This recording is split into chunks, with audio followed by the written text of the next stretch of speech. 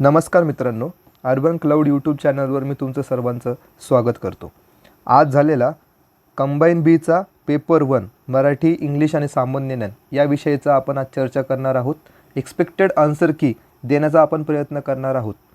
4 September रोजी combine बीचा पूर्वचा paper झाला होता. आज 11 सप्टेंबर आहे. पेपर 1 झाला आहे मेन्सचा.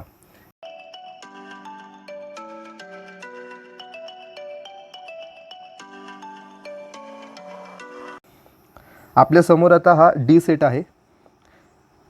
यामध्ये जर बघितलं तर मराठी, इंग्लिशचे 30 प्रश्न होते, मराठीचे 50 प्रश्न होते आणि सामान्य ज्ञान विषयीचे 20 प्रश्न होते, ज्याच्यामध्ये की माहितीचा अधिकार, त्यानंतर चालू घडामोडी अशा विषयीचे हे प्रश्न होते. त्यामध्ये माहिती आणि तंत्रज्ञान, IT चा पण भाग होता. चला तर मग आपण पहिल्या प्रश्नापासून सुरुवात करूया. मराठी हे आपण पहिलं सेक्शन बघणार आहोत. बघा, पहिला जो प्रश्न होता तो होता संधीवर. संधीचे 3 प्रकार आहे, तुम्हाला माहिती आहे. त्यामध्ये स्वर संधी, व्यंजन संधी आणि विसर्ग संधी. बघा, जर ऑप्शनमध्ये जर बघितलं तर आपल्याला कळतं आहे की ही जी संधी आहे ती विसर्ग संधीचा हा प्रकार आहे. तर त्यांनी एक शब्द दिला आहे तिरस्कार. तिरस्कार या शब्दाचं आपल्याला काय करायचं आहे, संधीची फोड करायची. तर यामध्ये जर बघितलं, जर तुम्ही मोरा वाळंबे सरांचं पुस्तक वाचत असाल तर त्यामध्ये नियम क्रमांक 10 मध्ये या विसर्ग संधीचं एक नियम दिलेला आहे. त्यामध्ये असं म्हणलेलं आहे की विसर्गाच्या ज्या पुढे कृ या धातूचे रूप आल्यास विसर्गाचा काय होतो, स होतो. जर आपण इथे एक्झाम्पल घ्यायचं असलं तर पुरस्काराचं एक्झाम्पल घेऊ आपण. पूरच्या समोर एक विसर्ग आहे आणि समोर कार आहे. कार हा कृ धातू आहे. जर याचं जर बघितलं तर याचं काय होणार, पुरस्कार. म्हणजे तिथं काय होतं आहे, इथं स इथे ॲड होतो आहे. बघा, हे उदाहरण त्याचंच आहे की तिरस्कारामध्ये काय स ॲड झालेलं आहे. म्हणजे बघा, तीर प्लस कार हे त्याचं योग्य आन्सर असायला हवं. म्हणजे 1 नंबरचा आन्सर काय, 1 नंबर. त्यानंतर पुढचा प्रश्न बघूयात. 1 रुपयास 2 चिकू मिळतात या विधानातील अधोरेखित शब्दातील स हा चतुर्थीचा प्रत्यय कोणता अर्थ सूचित करतो. याच्यातला जो स आहे त्याचा आपल्याला अर्थ ते विचारताय.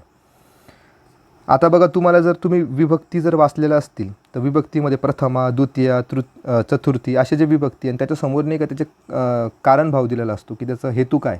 तर तशाच प्रकारे आता हे स जो लागलेला आहे याचा हेतू काय असणार आहे. बघा, 1 रुपयास 2 चिकू मिळतात. रुपयास म्हणलं तर इथं काय याचा अर्थ होणार आहे, मूल्य. 3 नंबरचा याचा आन्सर असायला हवं. बघा, पुढचा जो शब्द आहे तो शब्दसंग्रह या टॉपिकचा आहे. कन्या या शब्दाचा समानार्थी योग्य शब्द काय. मोळा वारंबे सरांचं जे काही शब्दसंग्रह नावाचं पुस्तक आहे यामध्ये जसं तसं याचं मिनिंग दिलेलं आहे. बघा, कन्याचा जो समानार्थी शब्द आहे तो तनया आहे. 1 नंबरचं ऑप्शन याचं असायला हवं. पुढचा जो प्रश्न आहे बघा, चोर सोडून संन्याशाला फाशी देऊन चालणार नाही या विधानाचे आपल्याला प्रश्नार्थक रूपांतर काय होईल, असा हा प्रश्न आहे. यामध्ये जर बघितलं, चोर सोडून संन्याशाला फाशी हे पहिलं विधान आहे. दुसरं, चोर सोडून संन्याशाला फाशी देता येत नाही, निगेटिव्ह सेंटेन्स झालं. बघा, आपल्याला कधी लक्षात ठेवायचं असतं, कोणत्याही सेंटेन्सचं जर आपल्याला प्रश्नार्थक रूपांतर करायचं असेल तर त्याचा अर्थ नाही बदलू द्यावा लागत, आपल्याला अर्थ तसाच ठेवावा लागतो. तर इथं तर निगेटिव्ह केलं आहे त्यांनी, त्याच्यामुळं बी पण येणार नाही याच्यामध्ये. चोर सोडून संन्यासाला फाशी देऊन चालते का. बघा, चालते का हा प्रश्न विचारलेला आहे, म्हणून आपला आन्सर क बरोबर असणार आहे.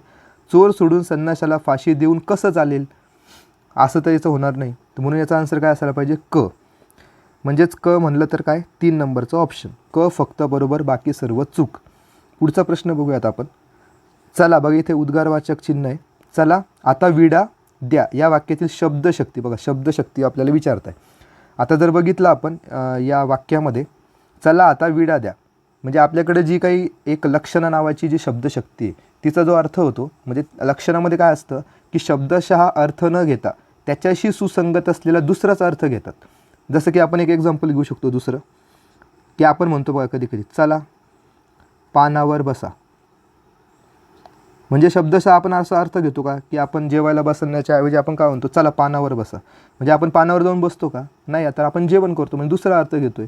तसं तिथे चला आता विडा द्या, म्हणजे एखाद्या कामाची सुरुवात करायची पण त्यांनी त्याला काय शब्द वापरला, चला आता विडा द्या, म्हणजेच काय दुसरा अर्थ त्यातून व्यक्त होतोय. म्हणून याचा आन्सर काय असलं पाहिजे, लक्षणं.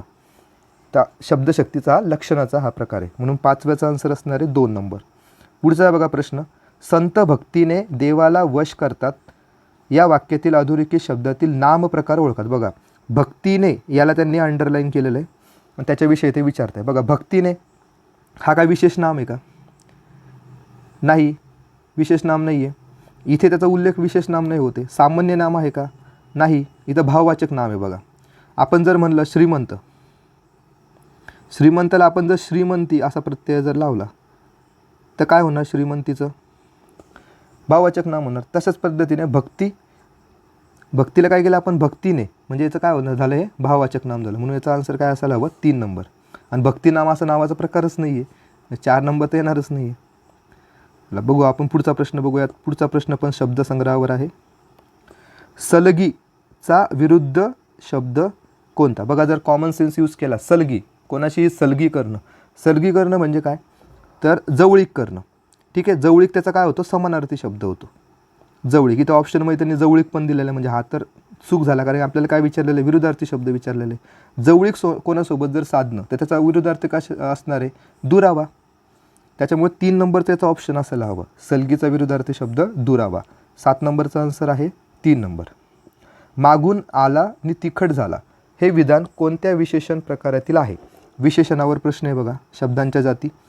तर यामध्ये जो मागून हा शब्द आहे तो काय? एक अव्यय साधित शब्द आहे आणि अव्ययापासून बनलेला जो काही विशेषण आहे त्याला आपण काय म्हणतो? अव्यय साधित विशेषण. म्हणून याचा आन्सर काय असणार आहे? अ. सर्वनाम साधित विशेषण आहे का? हे सर्वनाम आहे का? सर्वनामापासून बनलेलं आहे का? तर नाही, ब नंबर नाही आहे. नाम साधित नामापासून बनलेलं आहे का? नाही, म्हणून क पण नाही येणार. आणि धातू साधित आहे का? नाही, म्हणून हे पण नाही येणार. जे एलिमिनेशन मेथडने पण तुम्ही आन्सरापर्यंत पोहोचू शकतात. म्हणून याचा आन्सर काय असायला पाहिजे? अ फक्त बरोबर, बाकी सर्व चूक. 9 नंबरचा प्रश्न आहे बघा, डॅश डॅश हा शब्द प्रत्यय घटित नाही. प्रत्यय बघा 2 प्रकारचे असतात, एक उपसर्ग असतो आणि एक प्रत्यय असतो. प्रत्यय हा जो काही शब्द असतो त्याच्या शेवटी लागतो आणि जो उपसर्ग असतो तो शब्दाच्या सुरुवातीला लागत असतो. तर जर पहिलाच जर आपण ऑप्शन बघितला त्याच्यामध्ये काय? आ कर्ण. हा कर्ण हा मूळ शब्द आहे, त्याच्या आधी काय लावलं त्यांनी? आ. म्हणजे हा कोणता शब्द आला? उपसर्ग घटित. उपसर्ग आधी लागला ना त्याला, म्हणून हा प्रत्यय घटित असणार आहे का? नाही आहे, म्हणून 1 नंबरचं याचा आन्सर असणार आहे. आपल्याला काय विचारलेलं आहे? प्रत्यय घटित नाही. म्हणजे पहिला जो ऑप्शन आहे तो प्रत्यय घटित नाही, तो उपसर्ग घटित आहे. बघा इथे चरा, चरा ई लावलेलं आहे बघा इथे शेवटी प्रत्यय. खोदा इथे पण ई लावलेलं आहे आणि घोटीवला पण व लावलेलं आहे. म्हणून याचा आन्सर काय असायला पाहिजे? 1 नंबर. आता बघा 10 ते 14 जे प्रश्न आहेत ते पुढचे प्रश्न ह्या उतारावर आधारित आहे. तर आपण हा उतारा मी वाचून घेतला आहे आणि मी डायरेक्टली या उताराचं आन्सर देऊन टाकतो. मी याच्याचं काही एक्सप्लेनेशन नाही घेणार, आपण डायरेक्टली आपण आन्सर देऊन टाकूयात. 10 नंबरचा प्रश्न बघतोय आपण. प्रियकराने आपल्या प्रियतमेला जन्मदिवशी कोणत्या शुभेच्छा दिल्या? बघा याचा आन्सर असणार आहे क विधान. सारे ऋतू रंग सुगंध तुझ्या अस्तित्वाला अर्पण, हे त्याचं योग्य असणार आहे. त्यामुळे याचा आन्सर असणार आहे बघा 2 नंबर, फक्त क बरोबर. 11 नंबरचा आन्सर आहे जयंती कोणाची साजरी केली जाते? यामध्ये 4 नंबर असणार आहे, फक्त ड बरोबर, बाकी सर्व चूक. त्यानंतर आहे 12 नंबरचा प्रश्न. अमृता प्रीतमच्या शोधयात्रेत तिला मिळालेली अनमोल भेट कोणती? बघा याचा आन्सर आहे 3 नंबर, अ बरोबर, बाकी सर्व चूक. त्यानंतर 13 नंबरचा प्रश्न आहे इमरोजच्या मते प्रेम म्हणजे काय? 13चा आन्सर आहे बघा 4 नंबर, ब बरोबर, अ क ड चूक, अ चूक, क चूक आणि ड चूक. तू मी विरघळून एक होणे आणि अहंकार गळून पडणे, हे त्याचं इमरोजच्या मते हे प्रेम, त्याची त्यांनी व्याख्या सांगितली होती ह्या उतारामध्ये. आता उताराला योग्य शीर्षक बघा, पण प्रत्येक कोणताही उतारा जर तुम्ही सॉल्व केला तर त्याच्यामध्ये सर्वात जो काही काय म्हणतो आपण त्याला अवघड प्रश्न जो आहे तो असतो त्या उताराला शीर्षक देणं. कारण की तो पूर्ण उतारा जर तुम्ही समजून नाही घेतला तर तुम्हाला या प्रश्नाचा आन्सर येणार नाही. तर बघा या प्रश्नाचं मी आन्सर देतो आहे 3 नंबर, फक्त ब बरोबर, बाकी सर्व चूक. म्हणजे सृजनशील सहजीवन हे त्याचं आन्सर असायला हवं. हे माझ्या मते योग्य आपण शीर्षक दिलेलं आहे. बघा आता 15 नंबरचा प्रश्न बघूयात आपण. आता बघा हा शब्दसमूहापैकी एक शब्द या प्रकारातला प्रश्न आहे. योग्य जोडा जुळवा. अ गटामध्ये काय दिलेलं आहे बघा, माशासारखे डोळे असणारी. तर कोण? मीनाक्षी. म्हणजे कचं काय आन्सर पाहिजे? 2. कचं 2 ठिकाणी. ठीक आहे. पुढं हरिणासारखे डोळे असणारी. तर हरिणासारखे डोळे असणारे आपण बघा मृगाक्षी म्हणू शकतो आपण याला. ठीक आहे. कस्तुरी मृग एका हरणेचं पण नाव आहे बघा. तर 15चं बघा खचं जर म्हणलं तर 1 नंबर. त्यानंतर डोळ्यांनी पाहाव्यास समर्थ म्हणजे काय? डोळस. आणि जिचे डोळे मदिरेप्रमाणे धुंद आहे अशी तर मदिराक्षी. इथे बघा मदिरा, इथं मदिराक्षी, असं हे सोपं आहे. म्हणून याचा आन्सर काय असायला हवं? 3 नंबर. कचं 2, खचं 1, गचं 4 आणि घचं 3 नंबर. पुढचा प्रश्न बघूयात. व्याकरण हे भाषा शुद्ध करणाऱ्या प्रयोजनाला बांधलेले आदेशात्मक शास्त्र आहे असे मत कोणत्या व्याकरणकाराने प्रथम मांडले? बघा आपल्याला दादोबा पांडुरंग तरखडकर माहिती आहे किती मराठीचे व्याकरणकार आहे. तर हे त्याचा आन्सर असणार आहे बघा. प्रथम त्यांनी मांडलं होतं की आदेशात्मक शास्त्र आहे म्हणून. पुढचा प्रश्न आहे. 15 ऑगस्टला हिंदुस्थानाला स्वातंत्र्य मिळाले. हिंदुस्थानाला अंडरलाईन केलेलं आहे आणि ते शब्दाची जात आपल्याला विचारत आहे. तर 17चा आन्सर आहे बघा विशेष नाम. कारण की हिंदुस्थान काय एक विशेष नाम आहे, एका देशाचं नाव आहे. इथं जर देश शब्द आला असता तर तो काय असला असता?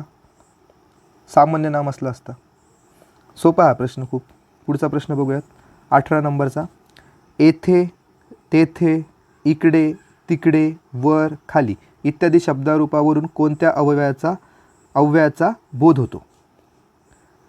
तर काय असणार याचा आन्सर? स्थलवाचक. सिंपल होता हा प्रश्न. स्थलवाचक क्रियाविशेषण अव्यय बरोबर आणि बाकी सर्व चूक. पुढे चित्रकार कुंचल्याने चित्र काढतो या विभक्तीचा अर्थ कोणता? बघा या विभक्तीचा अर्थ कोणता? तर जिथं बघितलं कुंचल्याने चित्र काढतोय, जर याचा आन्सर बघितलं तर 2 नंबर याचा आन्सर आहे बघा करण. कारण की चित्र कशाने काढतोय तो? कुंचल्याने. म्हणजे काय त्यांनी नाही काय एका साधनाचा यूज केलेला आहे. साधनाचा यूज करणं म्हणजे काय?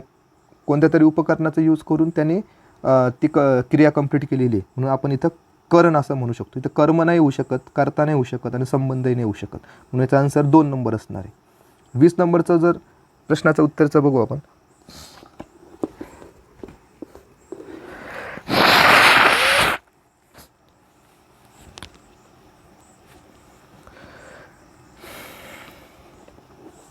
वीस नंबरचा प्रश्न बघूयात.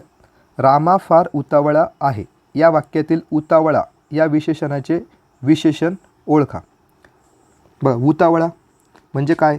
रामा, आहे, फार, उतावळा. याचं काय असणार आहे बघा 3 नंबर आन्सर. उतावळा होणे म्हणजे फार हा त्याचा विशेषणाचा विशेषण आहे. पुढचं आहे बघा शब्दाचे प्रथम लक्षात येणारे बाह्य रूप कोणते? तर आपण जे काही शब्द आहेत ते कशाने लिहितो? चिन्ह रूपाने लिहित असतो. म्हणून सर्वात आधी आपल्याला काय दिसणार? बाह्य रूप, चिन्ह रूप. 4 नंबरचा आन्सर असायला हवं. 22 नंबरचा प्रश्न बघा. अरे, ओहो, वा, शब्बास, छे, शी इत्यादी शब्दरूपावरून कोणत्या अव्यय प्रकाराचा बोध होतो? तर बघा हे काय आहेत? एक भाव म्हणजे व्यक्त करण्याचे एक शब्द आहेत. म्हणजे याचं काय आन्सर असणार आहे? केवल प्रयोगी अव्यय. याचा आन्सर असणार आहे केवल प्रयोगी अव्यय. सोपा होता बघा हा प्रश्न. 22चा आन्सर असणार आहे 2 नंबर म्हणजे ब फक्त बरोबर बाकी सर्व चूक. तुम्ही जर या पेपरमध्ये लक्षात जर घेतलं तर तुम्हाला एक नवीन पॅटर्न दिसतोय बघा. त्यांनी मॅक्झिमम जे प्रश्न आहेत ते ह्याच पॅटर्नवर विचारलेले आहे की एखादा पर्याय बरोबर आणि बाकी सर्व चूक अशा पॅटर्नमधले प्रश्न यांनी सेट केलेले आहेत. 23 नंबरचा प्रश्न बघूयात. विशेष नामांना अनेक वचन नाही परंतु विशिष्ट व्यक्तीबद्दल बहुमान किंवा आदर दर्शवण्यासाठी एक वचन वापरले जाते.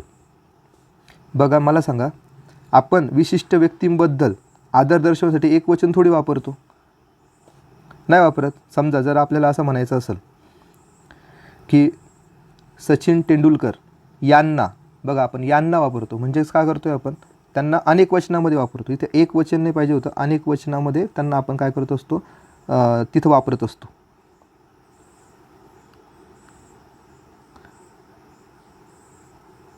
इथे अनेक वचन असायला हवं. म्हणून पहिलं विधान चुकलेलं. म्हणजे ज्याचा पूर्वार्ध जो आहे तो बरोबर आहे की विशेष नामांना अनेक वचन नाही, पण ज्याचा तो उत्तरार्ध आहे तो चुकीचा आहे. म्हणून अ ऑप्शन चूक. मराठीत एक वचन, द्विवचन असे 2 वचने आहेत. बघा मराठीमध्ये दोनच वचन असतात, एक वचन एक अनेक वचन, द्विवचन नावाचा प्रकार नाही आहे मराठीमध्ये, म्हणून 2 नंबरचं ऑप्शन हे चुकलं. विशेष नाम विशेष व्यक्तीचे नाव असल्यामुळे दोन्ही वचनात येते. विशेष नाम विशेष व्यक्तीचं नाव असल्यामुळे दोन्ही वचनात येते. नाही, दोन्ही वचनात नाही येणार, एकतर एक वचनात किंवा अनेक वचन, असं दोन्ही वचनात ते येऊ नाही शकत. त्याच्यामुळे क नंबर पण चुकलेला आहे.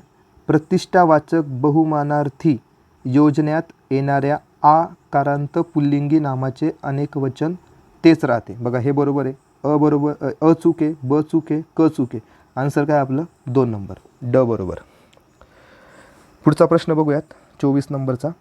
नामा सर्वनामाचा संबंध वाक्यातील इतर पदांशी ज्या वर्णामार्फत जोडला जातो त्याला काय म्हणतात?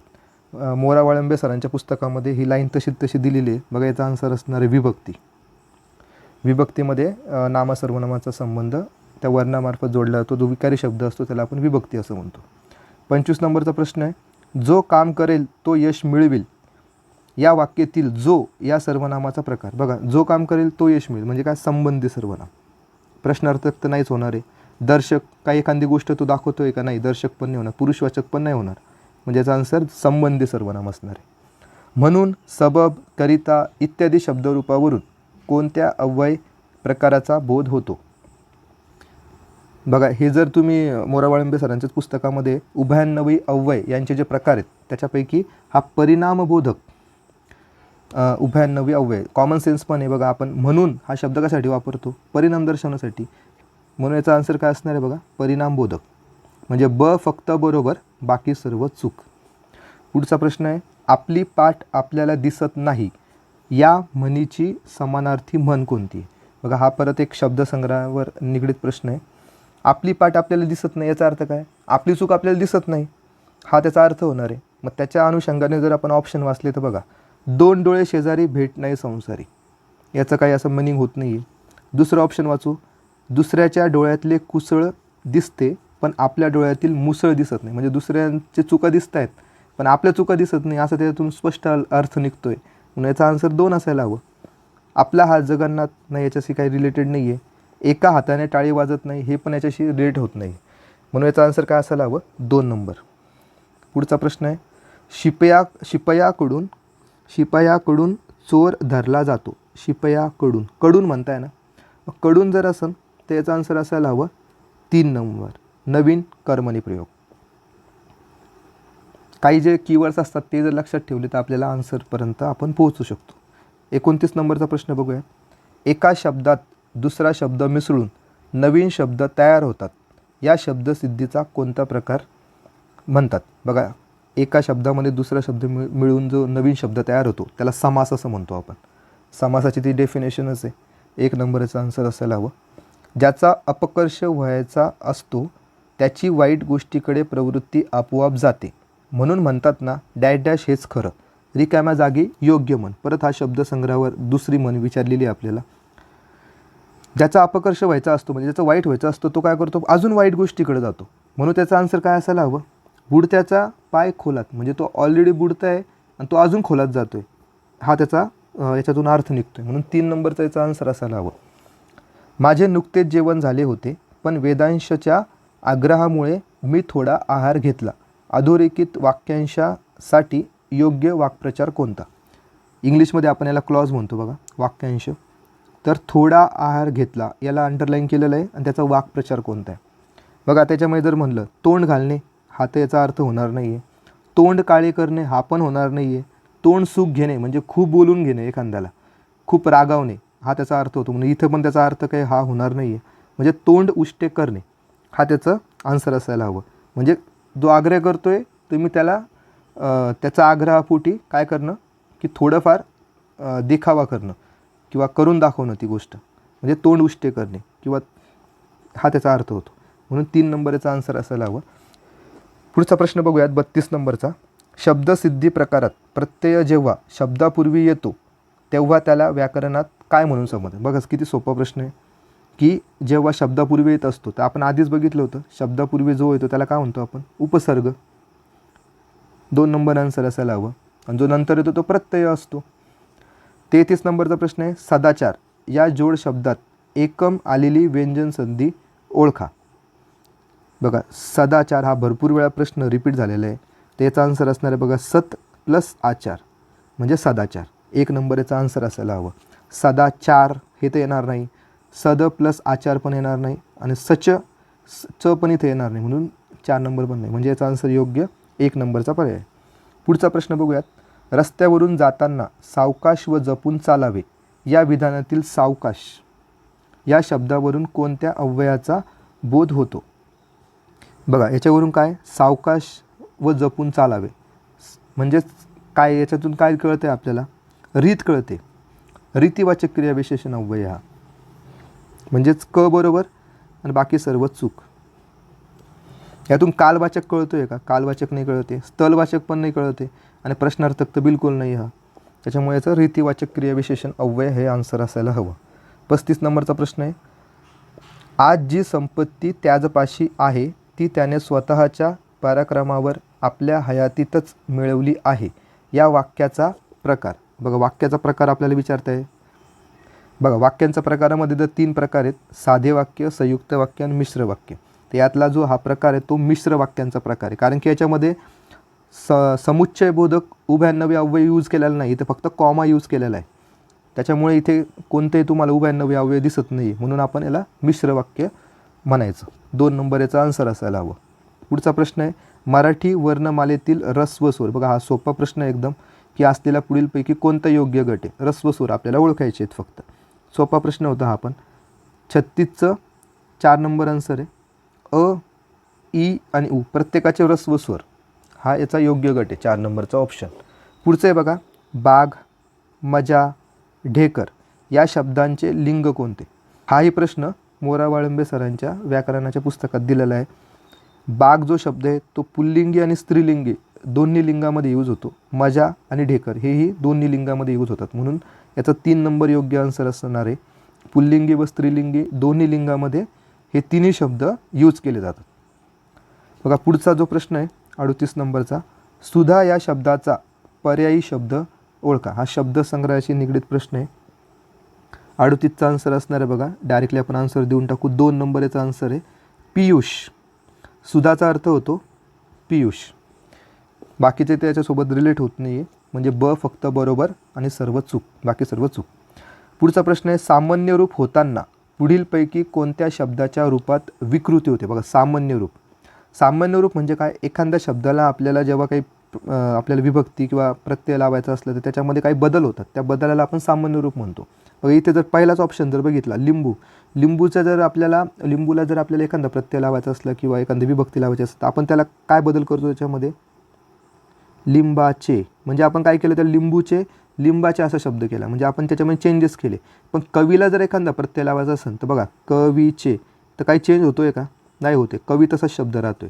दासीचे, बघा दासी तसाच शब्द राहतोय. आणि चाकूचे, म्हणजे हे जे शब्द आहेत मूळ शब्द याच्यामध्ये चेंज होत नाही, पण लिंबू हा शब्द चेंज झाला, लिंबाचे झालं. म्हणून सामान्य रूप होताना पुढीलपैकी कोणत्या शब्दाच्या रूपात विकृती होते, तर 1 नंबरचा ऑप्शन आहे, लिंबू या शब्दामध्ये विकृती होते. पुढचा प्रश्न बघूयात. स्वरमालेतील अम आणि आहा या 2 वर्णांना काय म्हणतात. बघा हाही सिंपल प्रश्न आहे, बेसिकचा प्रश्न आहे हा. 40 नंबरचा आन्सर असणार आहे 2 नंबर, स्वरादी म्हणतात याला. स्पर्धेत गुणानुक्रमे पहिला, दुसरा, तिसरा असे स्पर्धक निवडले जातील अधोरेखित शब्दाचा विशेषणाचा प्रकार. त्यापैकी बघा हा संख्या विशेषणाचा प्रकार आहे आणि त्यातला हा प्रकार असणार आहे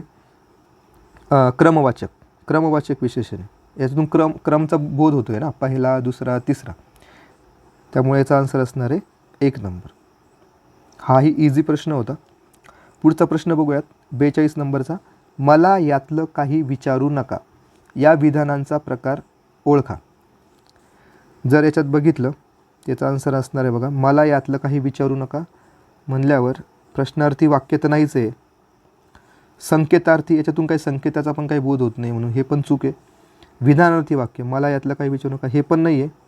आणि आज्ञार्थी वाक्य याचं होऊ शकतं, म्हणून इलिमिनेशन मेथडनी पण आपण याचा आन्सर आणू शकतो. 4 नंबरचा पर्याय याचा योग्य आन्सर आहे. पुढचा प्रश्न आहे. समीप या क्रियाविशेषणाचा प्रकार. समीप हा शब्द दिलेला आहे. समीप म्हणजे काय, आपण काय म्हणतो, नजीक. किंवा समीप आलं आहे बघा, असा आपण शब्द यूज करतो भरपूर वेळा. तर समीप याच्यामध्ये याचा अर्थ होतो आहे स्थितीदर्शक शब्द आहे हा. ठीक आहे. पुढचा प्रश्न बघूयात. श, श, स, ह ही व्यंजने कोणत्या उच्चार प्रकारातील आहे? हाही सोपा प्रश्न आहे. याचा आन्सरच उष्मे आहेत. याचा उच्चार करताना पण आपल्या कंठातून एक काय म्हणतात, कंठातून हा येत असतो आवाज, त्याला आपण उष्मे असं म्हणतो. त्यानंतर बघा 45 नंबरचा प्रश्न. पुढीलपैकी प्रयोजक क्रियापद, क्रियापदाच्या प्रकारापैकी एक प्रकार हा प्रयोजक क्रियापद असलेले योग्य वाक्य ओळखा. हाही प्रश्न भरपूर वेळा आलेला आहे बघा. याचा आन्सर सरळ असणार आहे, आई मुलाला चालवते. 3 नंबरचा ऑप्शन. म्हणजे ही क्रिया कोणाकडून तरी घडून येते, म्हणजे प्रायोजक आहे कोणतरी, स्पॉन्सर आहे. तर 3 नंबरचा आन्सर असणार आहे. आई वडिलांनी मुलांना मायेने वाढविले या विधानातील क्रियापदावरून प्रयोग ओळखा. वाढविले बघा 46 नंबरचा आन्सर असणार आहे. सरळ आपण आन्सर देऊन टाकू 1 नंबर, भावे प्रयोग. पुढचा प्रश्न आहे बघा. शकूचा नवरा म्हणजे भोळा सांब आहे या वाक्यातील सामान्य नाम आपल्याला ओळखायचं आहे. याच्यातला कोणता असा शब्द आहे की तो सामान्य नामाचं काम करतोय? तर याचा आन्सर असणार आहे साब. सामान्य नामाचं हे काम करते. पुढचा आहे बघा. अननस हा शब्द कोणत्या भाषेतून मराठीत आला? याचा आन्सर असणार आहे 3 नंबर, पोर्तुगीज या भाषेतून हा शब्द आलेला आहे मराठीत. 49 नंबरचा प्रश्न आहे. दुःखामुळे सोडलेला दीर्घ श्वास या शब्दसमूहासाठी योग्य शब्द कोणता? हाही पुस्तकामध्ये तसं दिलेलं आहे बघा याचं मिनिंग. दुःखामुळे सोडलेला दीर्घ श्वास म्हणजे सुस्कारा. 3 नंबरचा आन्सर असणार आहे. पाखरे घरटी बांधतात. आता मराठीचा शेवटचा प्रश्न बघतोय आपण. पाखरे घरटी बांधतात या विधानातील क्रियापदावरून प्रयोग ओळखा. याचा आन्सर असणार आहे बघा 50चं 4 नंबर, सकर्मक कर्तरी प्रयोग. म्हणजे याच्यामध्ये कर्म पण आहे आणि हा कर्तरी प्रयोग आहे, कर्ता पण आहे आणि सकर्मक पण आहे. ड नंबर याचं योग्य असणार आहे, बाकीचं चूक. अशा प्रकारे आपण हे 50 प्रश्न मराठीचे बघितले. आता आपण इंग्लिशला स्किप करणार आहोत आणि डायरेक्टली आपण जे शेवटचे जे 20 प्रश्न आहेत सामान्य ज्ञानाचे ते आपण घेणार आहेत. बघा 81 नंबरचा प्रश्न बघूयात आधी. बघा आता हा प्रश्न चालू घडामोडीवर आहे. ई गोपाल ॲप्लिकेशन काय आहे? कोविड-19च्या कालखंडात दही हंडीचा पुरस्कार करणारे ॲप्लिकेशन आहे? नाही, हे तर चूकच आहे. दही हंडीचा काही संबंधच नाही याच्यामध्ये. मथुरा, वृंदावन, द्वारका यात पर्यटन केंद्राचा विकास करणारे ॲप्लिकेशन? नाही, चूक.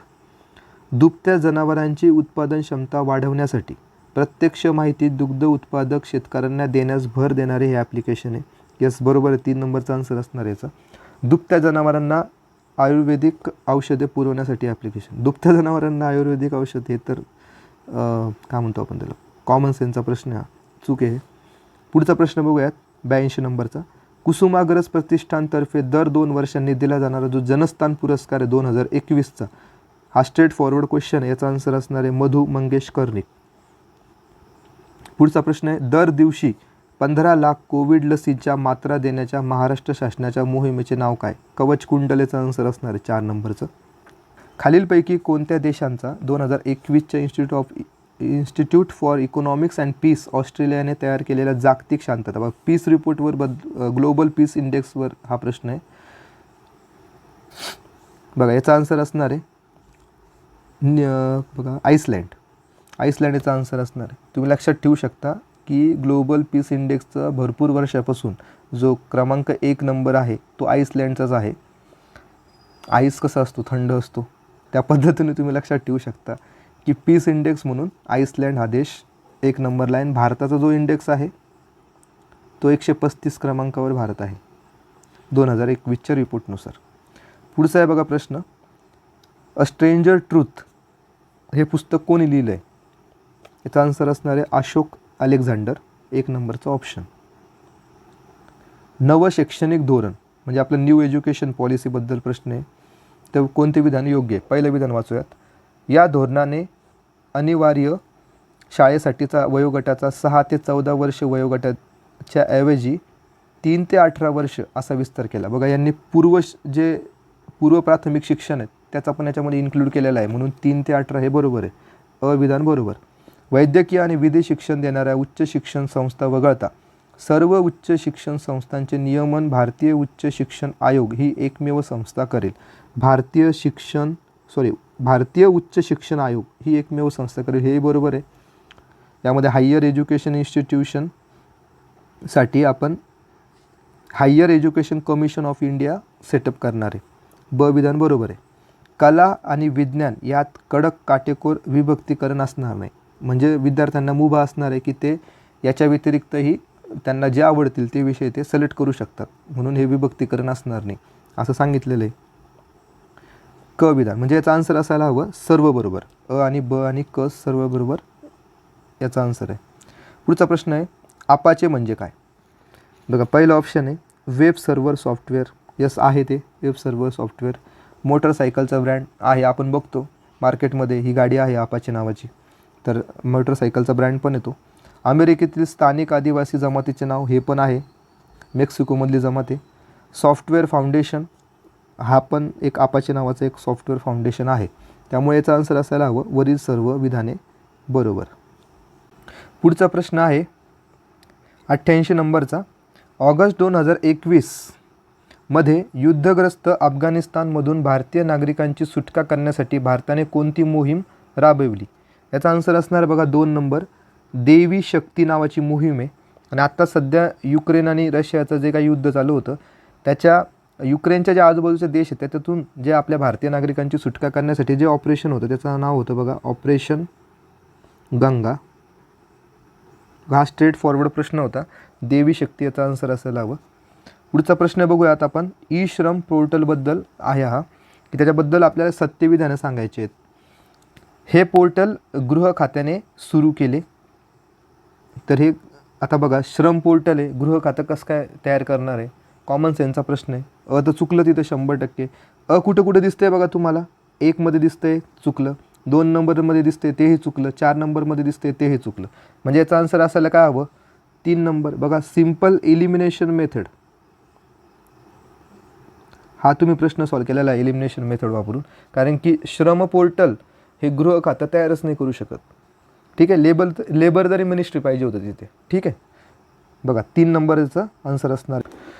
पुढचा प्रश्न आहे गेल ऑमवेट यांनी पुढीलपैकी कोणती पुस्तके लिहिली आहेत. बघा हा प्रश्न थोडा टफ आहे की कारण की या प्रश्नामध्ये आपण कधी या व्यक्तीविषयी वाचलेलं नसतं आणि त्यातल्या त्यात त्यांनी असे पुस्तकं दिलेले आहेत की त्याचा आपल्याला काही संबंधच नाही आहे. तर अशा वेळेस काय करायचं, तर सर्वात आधी सर्व ऑप्शन बरोबर याचा विचार करायचा. तर मी जर असतो तर मी याचा आन्सर सर्व बरोबर दिलं असतं, म्हणून आपणही याचा आन्सर काय करूयात 1 नंबर देऊयात, कारण की हेच त्याचा आन्सर आहे. 90 नंबरचा जो प्रश्न आहे. तर अशा प्रकारे आपण आता हे करंटचे प्रश्न चालू घडामोडीचे प्रश्न संपवले. 10 प्रश्न होते. आता पुढचे प्रश्न जे आहेत ते थोडे कायद्यावर आहे, माहितीचा अधिकार वगैरे अशा कायद्यावर आहे, ते आता बघूयात आपण. बघा पहिला प्रश्न आहे माहितीचा अधिकार अधिनियम 2005 च्या कलम 2I. बघा 2I येते, 2I हा सबकलम विचारला आहे त्यांनी. अन्वये अभिलेख म्हणजे रेकॉर्ड्स या संज्ञेत खालीलपैकी कशाचा समावेश होतो. ते यामध्ये जर बघितलं तर कोणताही दस्तऐवज हस्तलिखित व फाईल बघा कोणताही दस्तऐवज हस्तलिखित व फाईल त्याच्यामध्ये रेकॉर्डमध्ये याचा उल्लेख आहे. एखाद्या दस्तऐवजाची कोणतेही मायक्रोफिल्म्स व प्रतिरूप प्रत, म्हणजेच मायक्रोफिल्म आणि प्रतिरूप प्रत, यस ते पण याच्यामध्ये येतं. संगणकाद्वारे किंवा कोणत्याही उपकरणाद्वारे तयार केलेली कोणतेही इतर साहित्य हे पण त्याच्यामध्ये येतं. हे सगळे रेकॉर्डचे प्रकार आहेत. तर याचा आन्सर असायला हवं वरीलपैकी सर्व बरोबर.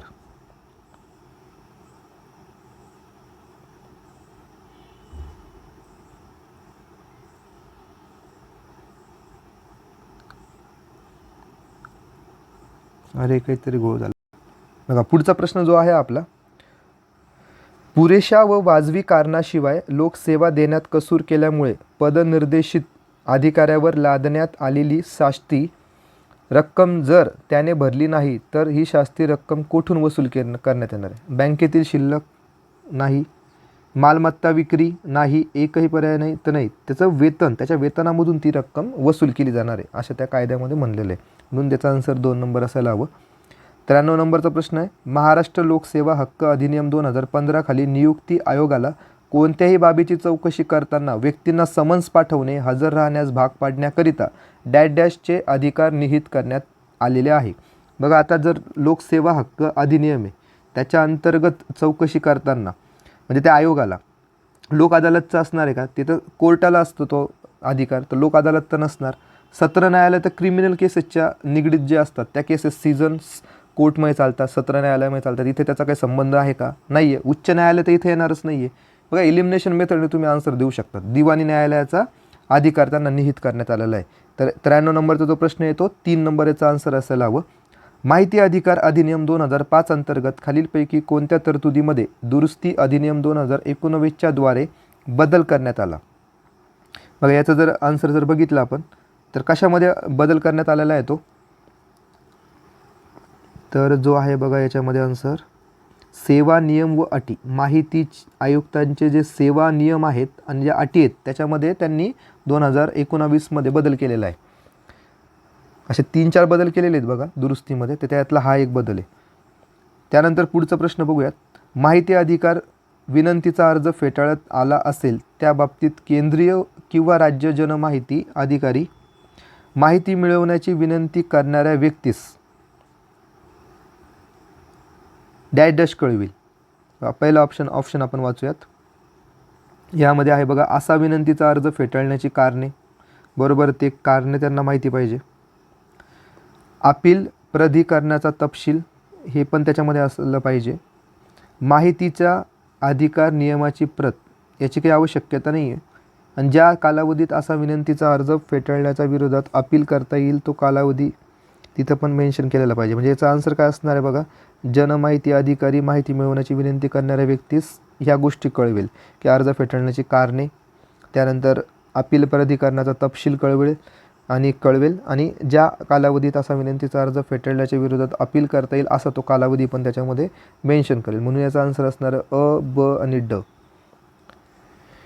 पुढचा प्रश्न आहे, ज्ञानवाहिनीचे प्रत्येक नोडल सेंटर डॅश डॅश या विद्यापीठाद्वारे विद्यापीठातील इलेक्ट्रॉनिक मीडिया उत्पादन केंद्रमधून मीडिया उपलब्ध करून पुरवले जातील. आता काय म्हणताय विद्यापीठ, कोणत्या विद्यापीठाद्वारे? आता जर ज्ञानवाहिनी जर बघितली तर हे सेंट्रल गव्हर्नमेंटच्या अखत्यारीत आहे. तर जर सेंट्रल गव्हर्नमेंटच्या अखत्यारीत असेल तर आपल्याला माहिती आहे की इंदिरा गांधी राष्ट्रीय मुक्त विश्वविद्यालय हे पूर्ण भारतासाठी आहे. तर म्हणजे आपण याचा आन्सर काय द्यायला पाहिजे? 4 नंबर. जरी तुम्हाला आन्सर माहिती नसलं तरी, कारण की मुंबई विद्यापीठ मुंबईपुरतं आहे म्हणजे महाराष्ट्रापुरतं आहे, कलकत्ता त्या पश्चिम बंगालपुरतं आहे, मद्रास तिकडच्या तमिळनाडूपुरतं आहे. तर असंही आपण एक कॉमन सेन्स याच्यामध्ये यूज करू शकतो. म्हणून इंदिरा गांधी राष्ट्रीय मुक्त विश्वविद्यालय म्हणजे इग्नू याचा आन्सर असायला हवं. 97 नंबरचा प्रश्न आहे बघा, एम धन्वंतरी नावातच काय एम धन्वंतरी म्हणजे काहीतरी आरोग्याच्या संबंधात आहे बघा हा प्रश्न. हे प्रकल्प ग्रामीण भागातील आरोग्यावर आधारित आहे. जर याचा आन्सर जर बघितला आपण तर काय असणार आहे? सेहत साथी. 1 नंबरचा याचा आन्सर आहे बघा, सेहत साथी. पुढचा प्रश्न आहे, डॅश डॅश या गुन्ह्याच्या प्रकारामध्ये फसवणूक करणारा व्यक्ती संवेदनशील वैयक्तिक आणि आर्थिक माहिती मिळवण्यासाठी टेलिफोनचा वापर करतो. टेलिफोनचा वापर करण्यासाठी जो काही म्हणजे टेलिफोनचा वापर करून जो गुन्हा केलेला असतो त्या प्रकाराला काय म्हणतात बघा. ऑप्शन पहिले फिशिंग, स्मिशिंग, स्पॅमिंग. त्याचा आन्सर असणारा विशिंग. 4 नंबरचा ऑप्शन बघायचं विशिंग. पुढचा प्रश्न आहे, ICMP प्रामुख्याने डॅश डॅशसाठी वापरला जातो. तर हा इंटरनेट प्रोटोकॉलचा प्रश्न आहे बघा. ICMPचा जो लॉंग फॉर्म होतो इंटरनेट कंट्रोल मेसेज प्रोटोकॉल. मेसेजचा याच्यामध्ये उल्लेख आहे. त्याच्यामध्ये बघा राउटिंग, फॉरवर्डिंग, ॲड्रेसिंग आणि एरर रिपोर्टिंग. त्याच्यामध्ये याचा आन्सर असणार 1 नंबर. तर एरर रिपोर्टिंगसाठी हा ICMP जो प्रोटोकॉल आहे तो यूज केला जातो. शेवटचा प्रश्न आहे आपला, खालीलपैकी कोणती सेंट्रल आणि स्टेट ॲक्टची डिजिटल रिपोसिटरी रिपोसिटरी आहे म्हणता येते, रिपोजिटरी. त्याच्यापैकी कोणती आहे तर इंडिया कोड ही सेंट्रल आणि स्टेट ॲक्टची काय आहे, एक डिजिटल रिपोजिटरी. म्हणजे इथे सगळ्या प्रकारचे आपल्याला काय कायद्यांची माहिती भेटणार आहे. अशा प्रकारे आपण विद्यार्थी मित्रांनो जे काही मराठीचे प्रश्न होते, त्यानंतर जे 20 क्वेश्चन सामान्य ज्ञान याविषयीचे होते, त्याच्यामध्ये चालू घडामोडी, माहितीचा अधिकार, काही ITचे प्रश्न होते, हे सगळे प्रश्न आपण आज डिटेलमध्ये घेतलेले आहेत. आपण ही एक्सपेक्टेड आन्सर की देतो आहे, बघूयात की आयोग याचे आन्सर काय देतात. तुम्हाला जर व्हिडिओ आवडला असेल तर तुम्ही लाईक करा, शेअर करा आणि काही तुमच्या शंका असतील तर कमेंट करायला विसरू नका. आणि या पेपरची जी काही PDF आहे ती आपण आपल्या टेलिग्राम चॅनलवर ऑफिसर्स ड्रीम या टेलिग्राम चॅनलवर आपण टाकलेली आहे. चॅनलला सबस्क्राईब करायला विसरू नका. व्हिडिओ बघितल्याबद्दल धन्यवाद.